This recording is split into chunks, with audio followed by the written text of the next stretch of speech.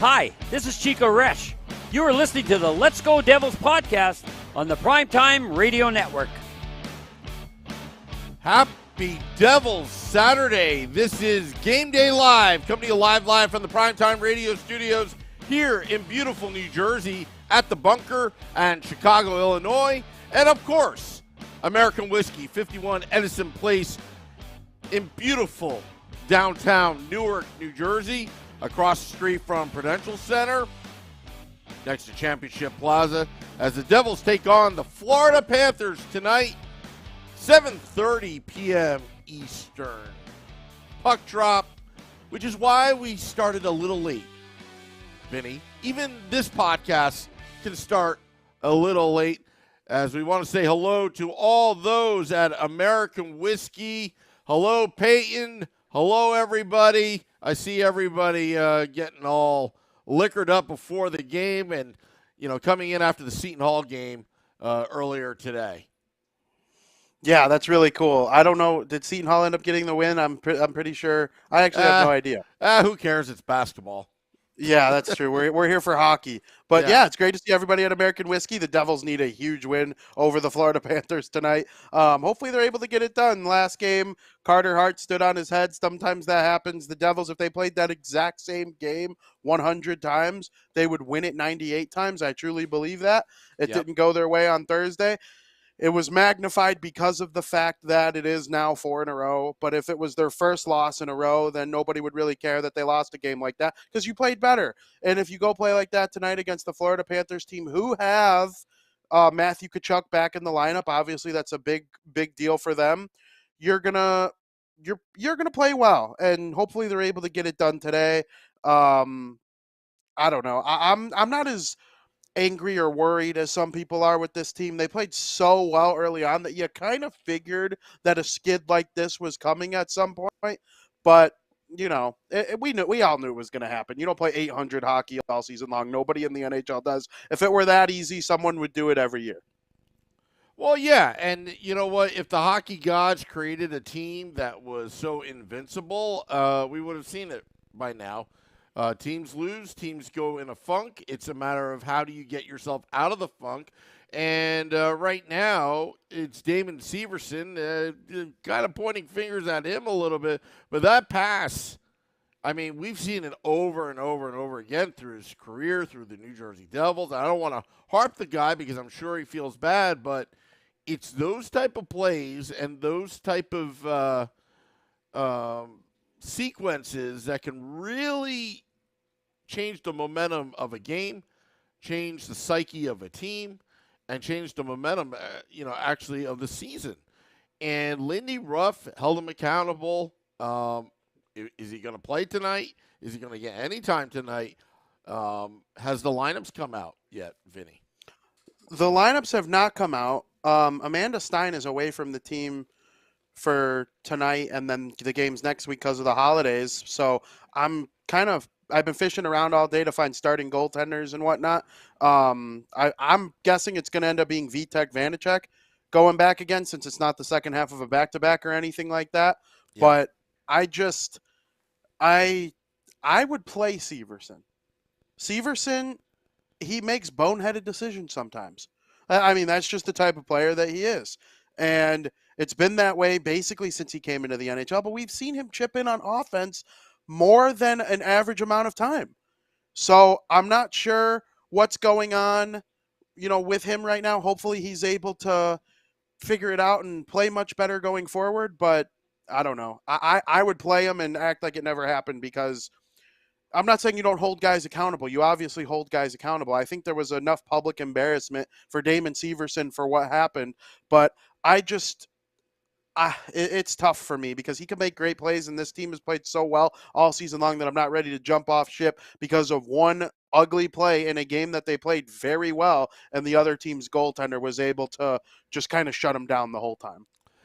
Yeah, but at the same time, I mean, look, you got to play Severson because if he's really trade bait, you can't have him on the bench. It devalues in terms of a trade with another team that's vying for a playoff spot or positioning or whatnot to bolster their lineup. I hate to be cruel about it, but that's just the side of the hockey business.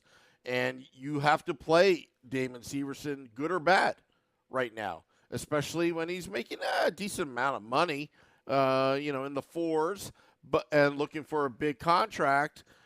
We would expect better for a player that's longest tenured with the New Jersey Devils right now, and these messy plays keep on happening, and that's concerning to me because we should be over that by now.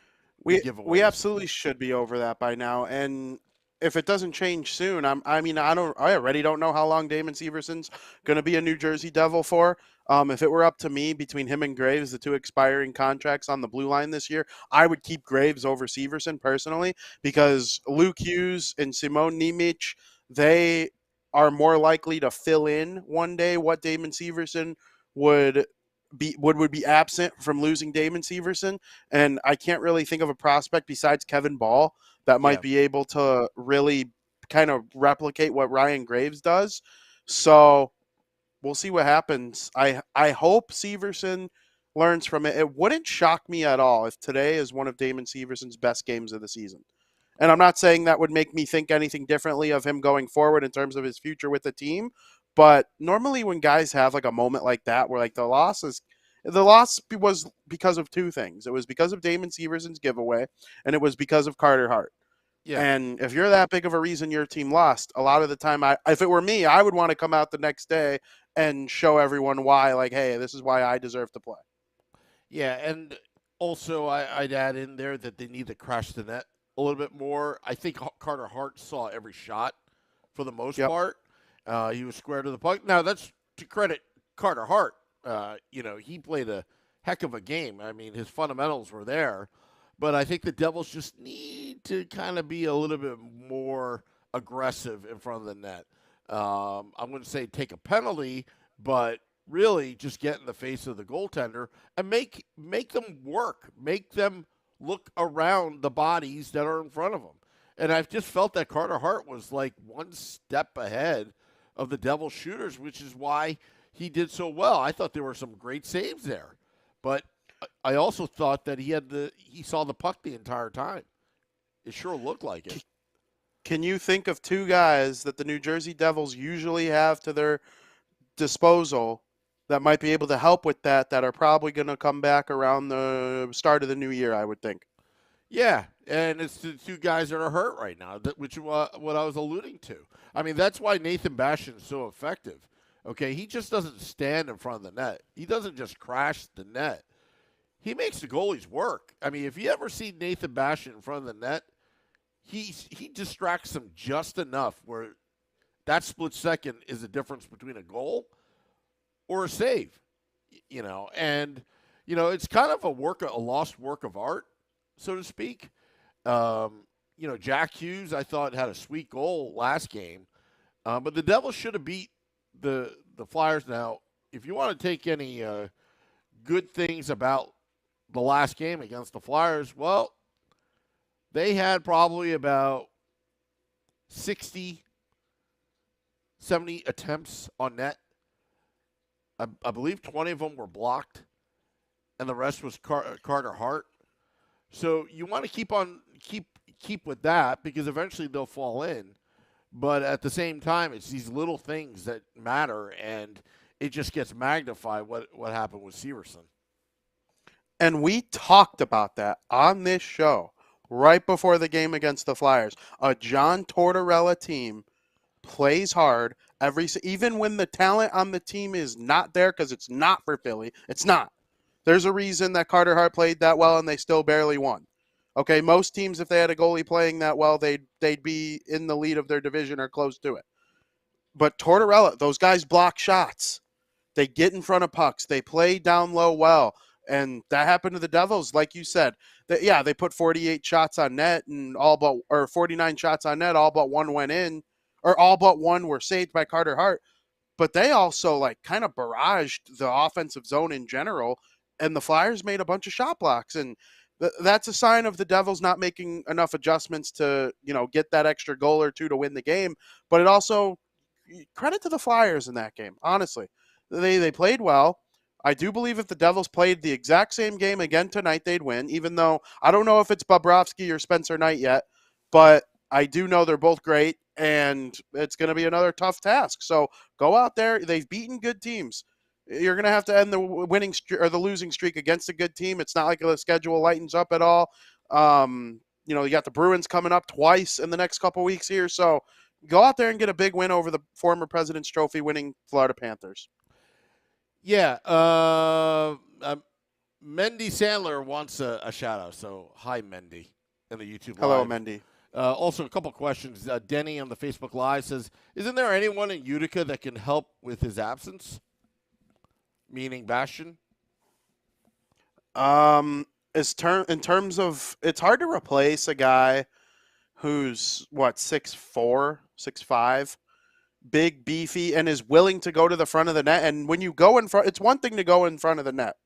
If that were the case, we all went to high school with a kid who was like 6'9", right? If it was just your size made you good, they would all make it to the NHL and they would all play in the NBA. You have to have good hands in front of the net. Nathan Bastian does. It's hard to just be like, hey, who's the biggest guy in Utica? Let's bring him up and put him on the power play with Jack Hughes. It doesn't work like that. Otherwise Brian Bickle would have made $50 million with the Blackhawks and they would have won an extra 2 cups.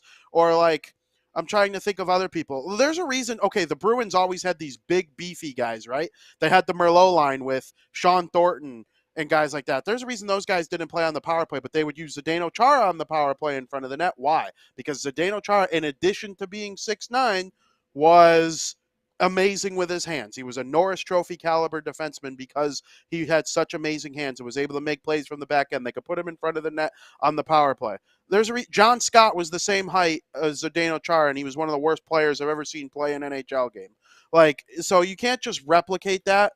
And I'm not saying Nathan Bastian is anywhere near one of the elite players that I just mentioned, but he was put on the expansion draft. Seattle took him. They didn't use him right. They put him on waivers. He comes back to the Devils and all of a sudden has a resurgence. Why? Because Lindy Ruff, for some reason, and Nathan Bastian have an understanding of each other, what his role is, and accept and execute. So that's why I'm not positive that just anybody from Utica could come up and just automatically replace Nathan Bastian. I'm gonna be controversial here without even doing my research.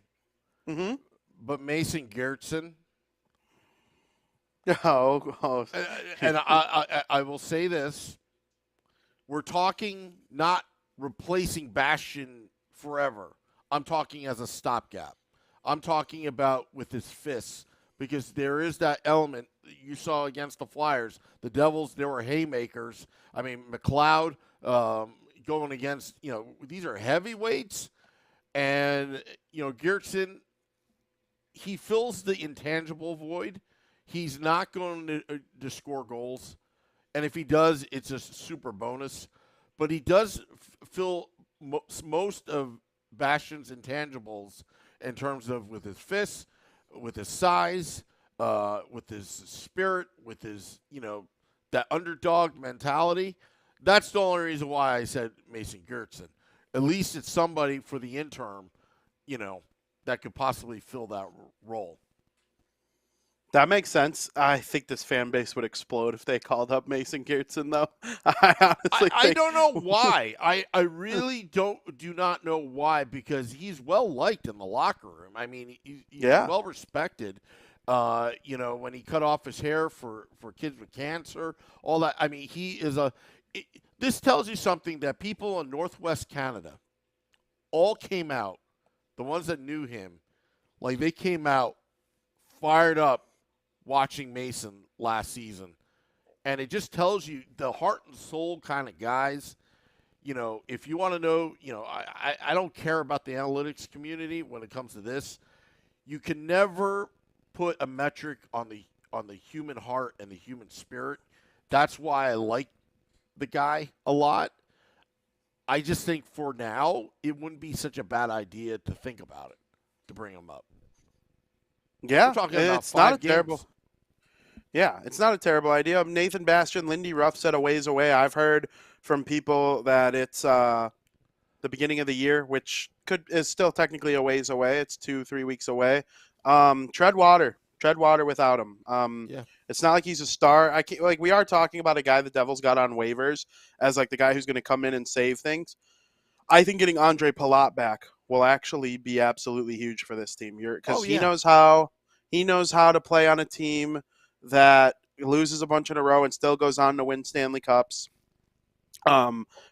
Be part of things that are considered what's the word I'm looking for? Like when the going gets tough, you find a way to get through it. So hopefully that ends up being the case. We need to get Andre Palat back soon.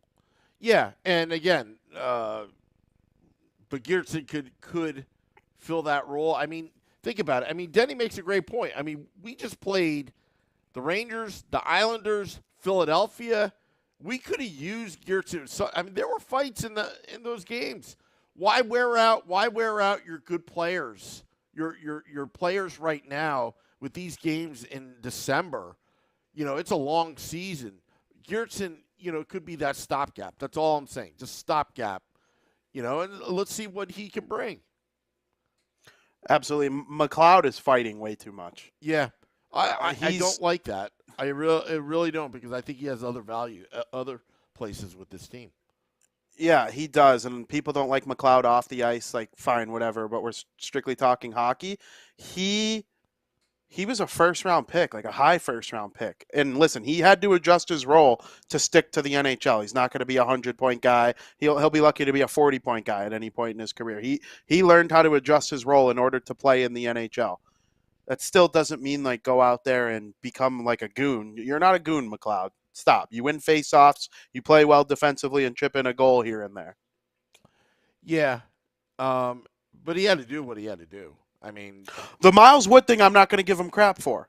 You defend your teammate. Nico Hischier would do something like that. He's a superstar. Nico Hischier went after someone for hitting Jack Hughes last game. I think it was Konechny. Like, Nico Hischier is a superstar. He'll do stuff like that too. I've even seen Jack get feisty. I don't think he has the physical means to back up the chirp, chirp, chirp as much as a Hischier. Hischier is way bigger than Hughes. But I don't know. I just think like McLeod, you don't have to turn into an enforcer. You have to be a really good bottom six forward. I think that's what we want from you. I mean, I wouldn't mind a Geertsen, Miles Wood, McLeod, fourth line. Third line, you move with Zetterlund, Boqvist. I think Boqvist by default, but again, I'm not sold on him. I'm not sold on him yet, or I don't think ever. I don't know. But you know what? It's the bottom six that needs some work. But also defensively, again, you can't make bad plays like what happened with Severson, and I think they got the message. I don't think there's need to beat a dead horse unless it happens again tonight. Now, if it was an accidental thing where the puck went off his butt and then went in the net, that's one thing. That's not even an unforced error. That's just bad luck. But, I just think that, right now, the Devils have to work a little bit better defensively. Offense should not be a problem, but maybe just get in the goalie's face a little bit more. I mean, the 49 shots. Agree. With all the attempts that they had, I thought they didn't play that bad against the Flyers.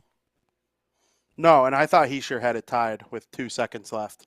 I really thought he did, and it just went just wide. I was like, are you kidding me? That was it. And, wow, 4 games in a row. But all 4 games, and I'll say it again, all 4 games, there was the one against the Islanders when I was there. They mounted this incredible comeback. We're never out of it. Jack Hughes ended the game with this crazy NHL record-breaking 6-minute shift. Then 2 days later, they played against the New York Rangers, and the game they were winning 3-1. They let that lead slip away because of a bad shift by the Rangers or by the Devils against the Rangers. They scored 2 goals in like 17 seconds or whatever. Game's tied, no goals in the third. The Devils had the better play in overtime, but one Philip Hedl chance went in the net. They won that game. And then the Dallas Stars, you can't not give up a goal in the final minute of the second period. There's no goals other than empty netters scored in the third period, and that's 3 in a row.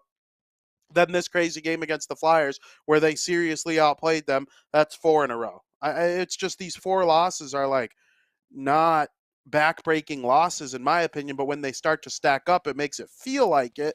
So go get a win in any way, shape, or form tonight. I don't care how you do it. You get 2 points tonight. It's all for naught. All the losing is the bad feelings from the losing is for naught. They're still second. What are they, second or third in the league still? And people, that's how good they were in November, that they lost 4 in a row and they're still second in the league. Like, holy moly! I don't even want them. Like, they're not going to end up being like I don't think they're going to win the Metropolitan Division personally. They're a team that we came into the year like hoping they'd claw tooth and nail for a playoff spot and earn it on the last day of the season. If they are a team that just makes the playoffs outright, I think that that's a win for this season. And you see what happens in the playoffs. But Jack Hughes is 21. Heischer's 23. I mean, when these guys are 29 and 27, the Devils are going to be a real problem for everyone. Alrighty then. Sorry to interrupt. Amanda Stein across the actually just tweeted out, no Damon Severson for NJ Devils warm-up. Severson's out for tonight against the Panthers. Kevin Ball is in. Wow. From Amanda Stein. That's crazy. So they are giving him the health bomb. Yeah. Okay. Well, you know what? I know I said I would play him, but that sends a message to this team. Yeah. You want to play like that? That's what's good. And you're Damon Severson. You're making $4 million. You're making 4 sheets a year. We're benching you. Yep. You made a bad play. You're one of the 2 big reasons we lost. Have a seat, pal. I don't hate it. I know I said I would play him, but after hearing it, it makes sense in my head. Well, you know what? That I'll tell you what. That tells me Lindy Ruff has total control of the situation, holding players accountable. Because I was saying, you got to play Severson. If you want to trade him, you can't have him on the.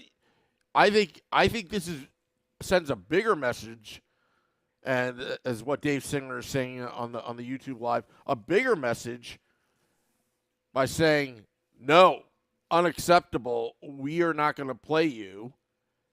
You're going to ride the pine upstairs, and you're going to learn. You're going to learn. Now this is an opportunity for Kevin Ball. Yeah, because now absolutely. This could be what makes Severson expendable. So ballsy move. Listen, I think. I think that's coming. A really good move. Luke is coming. And so is Simone. Yep. So all these defensemen not named Dougie Hamilton, John Marino, and Jonas Siegenthaler, those are the only locks for next year. I would say Graves if he was on the long-term extended, but he's not extended, so I have no reason to consider him a lock next year. Half the defense can be revamped next year.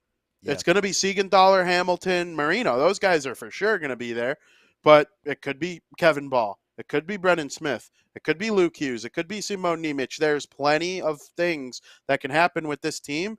You want a full-time spot in this top 6?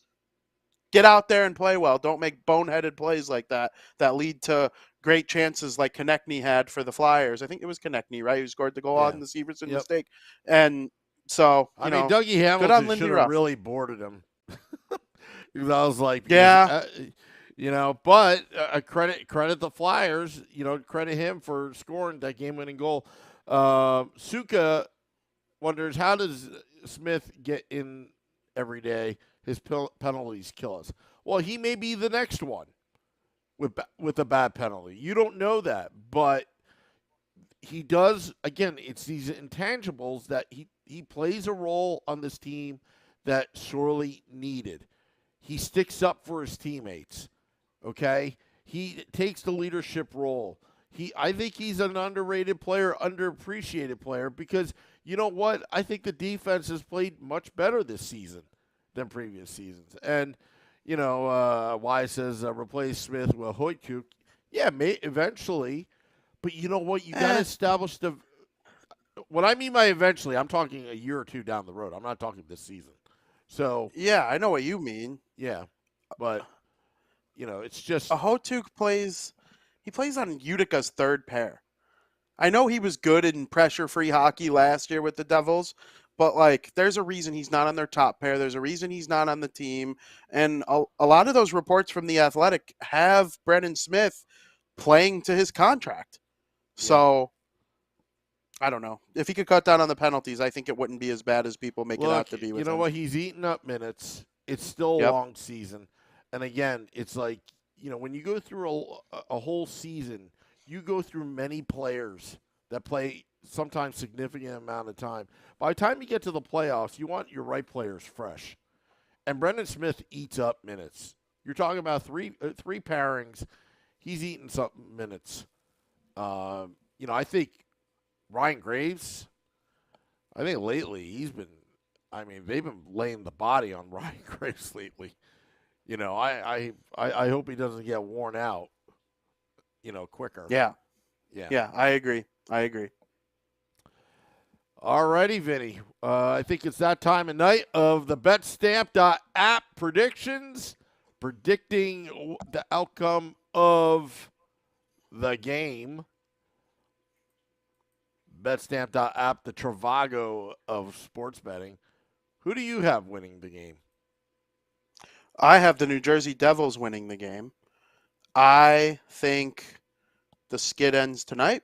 I'm going to keep saying that until it does happen, but I do believe they're not as much of an underdog as they have been in the last couple, or they're not as much of a favorite, I should say, as they have been in their last couple games. I'm not going to pick them to win by multiple goals or anything like that. I thought they'd smoke the Flyers. You thought it would be close. You ended up being more right than me in the last one, but I found on the FanDuel app the Devils minus 140 and to win the game outright money line, and I have them winning by a final score of 4-3.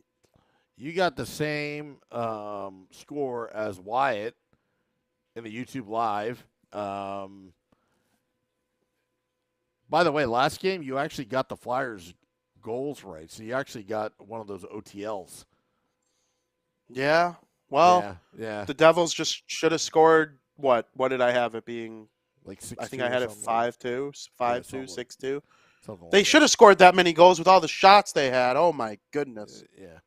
Well, I'm gonna call that there's gonna be an empty netter through the FanDuel app. 3-1 Devils with an empty net goal. Nuri the Cat says 2-1 Devils OT. Jonathan says 3-2. Craig Best says stop the skid. Of course we want to stop the skid. Duh. Anyway. Of course we want to stop the skid. So hopefully we'll win some money, Vinny, with the BetStamp.app. Making our picks. Hey, Peyton. Peyton is serving. Hey, you gotta wave to Peyton. See, they can see us, they can hear us, Vinny. We can do all these funny faces here on the cam, all that. Now they're laughing. All right, now everybody wants to go to the game. We're being silly right now. Yeah, I don't blame them. Get in there, have a good time, try the chicken fingers. I could say that now. Isn't that wonderful? Yeah. What, chicken fingers? I love chicken that fingers. I've tried them. I can accurately recommend them. Oh, you really do like them? Yeah, they were good. Yeah. What I liked about them, they were really hot, like not spicy. Like they felt very fresh, and I like fresh food. So yeah. The dipping sauce was bussin' though. I thought the honey mustard and the barbecue, it was like a really good honey barbecue or a honey mustard and a barbecue. So it made the chicken tenders taste even better. They were overpriced. Okay, everybody says, they're just overpriced chicken. Yeah, but what do you think the Prudential Center is any different than the United Center? How about Madison Square Garden? Okay, no, they're not. It's overpriced everywhere. So if you're going to a game, you expect to spend a little bit of money if you're going to eat. That's how it goes. Yeah, and you know what? Eric Holla would say they're for eating, not for throwing. Yeah, they're for eating, not for throwing. I'll tell you what. If I ever see Eric Holla, I would like to get one of those chicken tenders buckets or whatever at Prudential Center. I want him to autograph it. I'd be like, "I'm sorry, Eric. I didn't mean to hit you. Do you want to sign my bucket?" Yeah, that'd be funny. Like a Kentucky Fried Chicken bucket, have just the whole Devils team sign it from this season. I think that would be really funny. Or any beer can, any big beer can. What beer that uses white, like Miller Lite. Miller Lite comes in the white can. Just get a big white Miller Lite poster board. That'd be awesome. Yeah. Alrighty. Or maybe, you may not know it, because Dave Singer says Hollis should get a KFC sponsorship. If anybody knows the best place in Jersey, especially in Morristown, Cluck U Chicken. Did you try that? I didn't try it. We passed it. And I wonder if that place is awesome. I was only able to get to so many places in my short 4 days there, and it went by so fast. I'm telling you, and this is I can attest to this. You know how KFC is so popular in China? Like, that's where they make their money, is actually in China. Oh, I didn't even know that. Yeah. Yum Foods, Y-U-M Foods, owns KFC. Like, you go to China, I've seen it with my own eyes. They have KFC that are 3 stories big of just KFC. But if Cluck U ever franchised out in China, that will surpass KFC. I believe it. I swear to you. I know the Chinese taste. They would love Cluck U over KFC. I believe it. I swear to you. Let's get one in Chicago first, huh? Yeah. We'll get one in Chicago, and then we'll get one in Shanghai afterwards, All right. Then we'll be a bunch of billionaires that do this podcast called Game Day Live, and then we just say hello to Peyton. Maybe one day. Peyton, one day you're going to be working at one of our franchises at Cluck U. Anyway. Yeah. She's like, I'm not listening. Yeah, I'm not listening to these dopes. All right, well, want to thank all those listening in, tuning in on the Facebook Live, YouTube Live, Twitter Live, and American Whiskey. Puck drop in about 17 minutes from now. Dropping the podcast in about 20 minutes. Don't forget, Game Day Live after the game. Scotty at SiriusXM, Liquid Metal, and I will recap the game that was. It was a late start, Vinnie. How fitting. But it's going to be a late start to this game, and it's going to be a good one. Hang in there, Devils fans. Hang in there. Enjoy the game. Also, we'll be back. Our next appearance at American Whiskey is Happy Festivus podcast. We're going to air our grievances December 23rd. So all those listening, watching right now, remember that. The Happy Festivus podcast at American Whiskey, December 23rd. That's when we'll be back. And I'm probably going to be airing my grievances that it snows that day. Because I saw the weather report. It's supposed to be like this bad storm on that Friday, December 23rd at American Whiskey. And I'll have my hockey stick as the pole and just air our grievances. The feats of strength. Dave Singer. I love it. I can't wait to air my grievances. Yeah. December 23rd, American Whiskey. Make sure you're there. Yeah. For the rest of us. And also, for all our Jewish Devils fans, happy Hanukkah. Happy Hanukkah. Also, happy Kwanzaa to those that celebrate. And Merry Christmas. We're going to say it's going to be a big celebration the next couple weeks. Thank you. Till next time, let's go Devils.